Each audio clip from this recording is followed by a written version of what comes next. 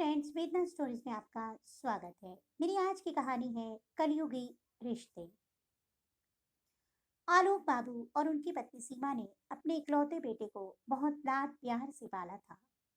अपनी सीमित आमदनी में भी खुद की इच्छाओं को दबा बेटे की हर इच्छा पूरी की थी उन्होंने।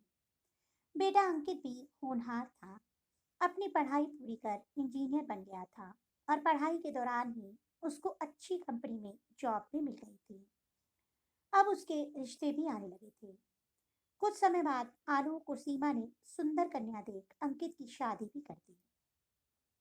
जब आलोक रिटायर हो गए तब पेंशन पर बड़े आराम से गुजर हो जाती थी।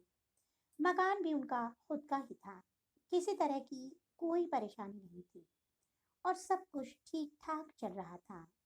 बहू बेटा हालांकि दूसरे शहर में थे, परंतु अधिक दूरी नहीं थी। ट्रेन से बस 2 घंटे में आ जा सकते थे। वे लोग हर एक त्योहार माँ पापा के पास आकर ही मनाते थे। फोन पर भी रोज ही बात हो जाती थी। कुछ समय बाद बहू की डिलीवरी होने को थी। तब अंकित माँ पापा को लिवा ले गया। आलोक व सीमा बहुत खुश थे। सीमा ने वहां जाकर घर का पूरा काम भी संभाल लिया था। आरोप और आलोक बाजार के सारे काम करने लग गया था। बहू बहुत खुश थी क्योंकि अब उन दोनों के आने से वह बिल्कुल टेंशन फ्री जो हो गई थी। सारा काम घर का हो या बाजार का उन्होंने संभाल लिया था।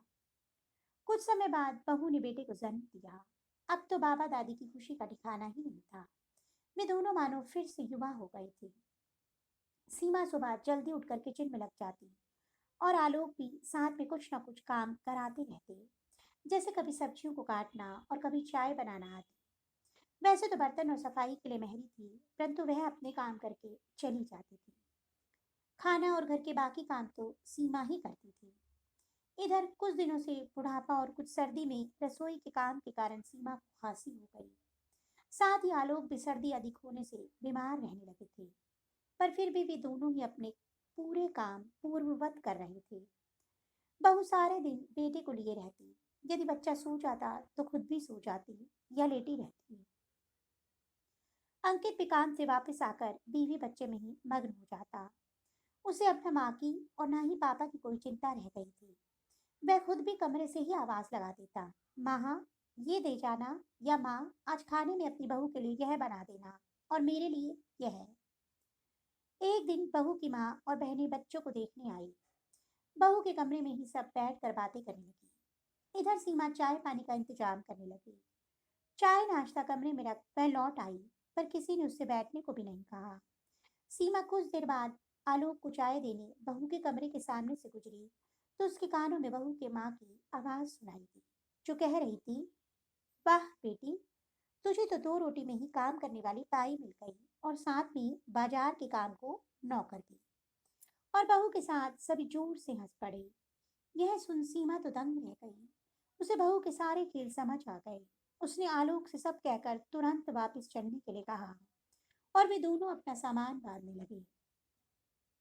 इधर बहू की माँ और बहन भी चली गई, पर सीमा से मिलने नहीं आई तो आलोक को भी बहुत बुरा लगा। वे उसी समय स्टेशन के लिए ऑटो लेने चले गए। जब तक ऑटो आया तब तक अंकित भी घर आ चुका था। बहू तो कमरे में ही थी, पर अंकित ने आलोक और सीमा से जाने का कारण पूछा तो आलोक ने ऑटो में बैठते हुए कहा, बस बहुत बेइज्जती बर्दाश्त कर ली, अब सहन नहीं करेंगे हम दोनों तो प्रेम वश तुम लोगों के साथ रहकर सारे काम करते थे, पर क्या पता था कि तुम हमें नौकर समझने लगे हो। अब हमें तुम्हारी जरूरत नहीं है।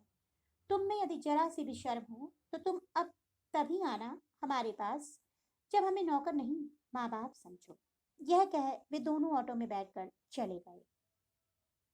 अंकित कुछ बोल ही नहीं पाया उनसे। जब वह अंदर गया तो पत्नी को बिस्तर पर बैठे देख बोला, कर दिया ना सब गुड़गोबर। मैं कहता था कि इतना प्रेशर माँ पर मत डालो, पर तुम तो खुद को बहुत होशियार समझती हो। अब करो पैसा खर्च और रखो मैं। कहकर उसने अपना सिर पकड़ लिया। दोस्तों, आपको मेरी कहानी कैसी लगी और बच्चों को अपने माता पिता के प्रति ये व्यवहार कैसा लगा आपको? क्या ये व्यवहार उचित था? कमेंट बॉक्स में अपनी राय अवश्य दीजिएगा। जल्द ही एक नई कहानी के साथ मिलूंगी। तब तक के लिए बाय बाय।